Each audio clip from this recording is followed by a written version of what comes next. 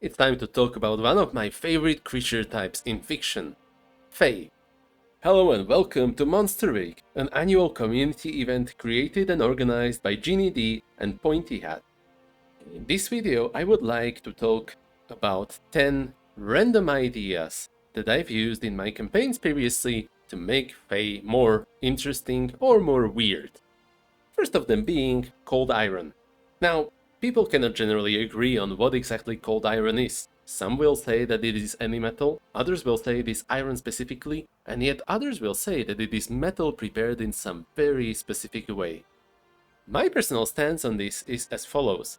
Cold iron is metal, or any human-made material, even carbon fiber if your setting is modern enough. The one exception I would allow the Fae is silver, because it feels like a natural material, sort of connected to the moon, but I will get into that way later. Second idea is that Fae have troubles perceiving boundaries between concepts. For example, a fairy would have no troubles fighting off a human, almost like it thinks that the human is the same size as it is. Or a big Fey creature trying to squeeze into a space that is too small for it.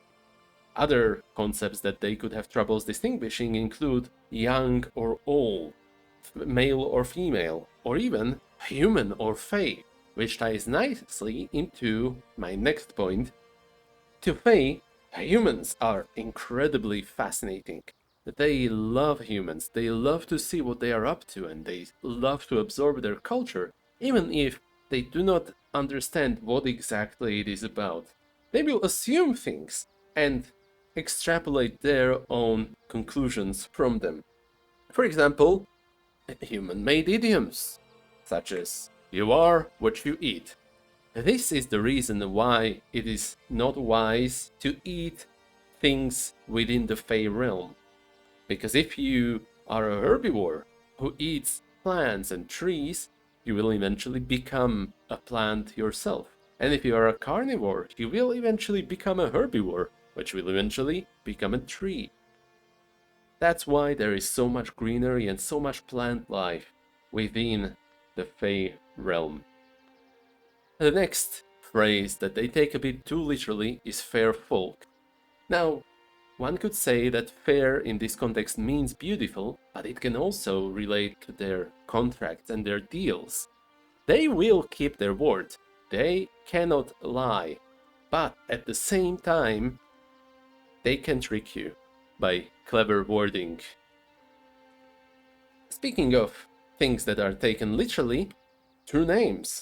As we all know, you should not answer a Fae who asks you, "May I have your name?" because it will take your name literally. Whoever holds the name has power over the being whose name it is or was. Names they treat as something tangible, as something that can be traded, exchanged, stolen. But this also means that they are not willing to give out their own true names. They will instead always use a nickname of some kind. Next up, let's talk a little bit about economy.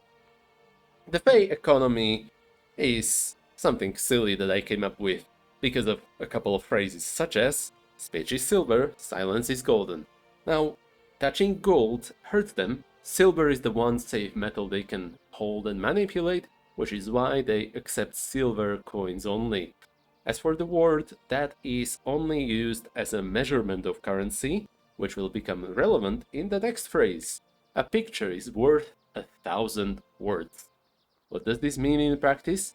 Well, it means that if you paint them a beautiful painting, a beautiful picture, or even other type of performance, it is worth 1,000 silver to them. And furthermore, time is money. So if you trade 1 minute of your lifespan or memories or any other time currency, it's gonna be worth a whole lot more to them. Let's talk about a small idea that I would like to say is my personal original idea, though I might have taken it from somewhere where I forgot. The Fey souls are not singular entities. Instead, they are fragments combined together out of several parts. When a Fey creature dies, the soul splits and travels across the Fey realm, looking for other fragments it did not combine with just yet. And once enough fragments combine, a new Fey creature is born. In other words, the Fey do not truly know death. They can survive even if they are killed, which is why they take death way less seriously than we humans do. To them, death can be just a joke, you know, which is why the lack of boundaries can be pretty important here. If they try to prank a Fey creature by killing it, sure, that's just an inconvenience. But if they kill a human being, well, that human being will not reincarnate just on its own. Now for a very interesting idea indeed. I am what I believe I am. Fey creatures are not aware of this truth.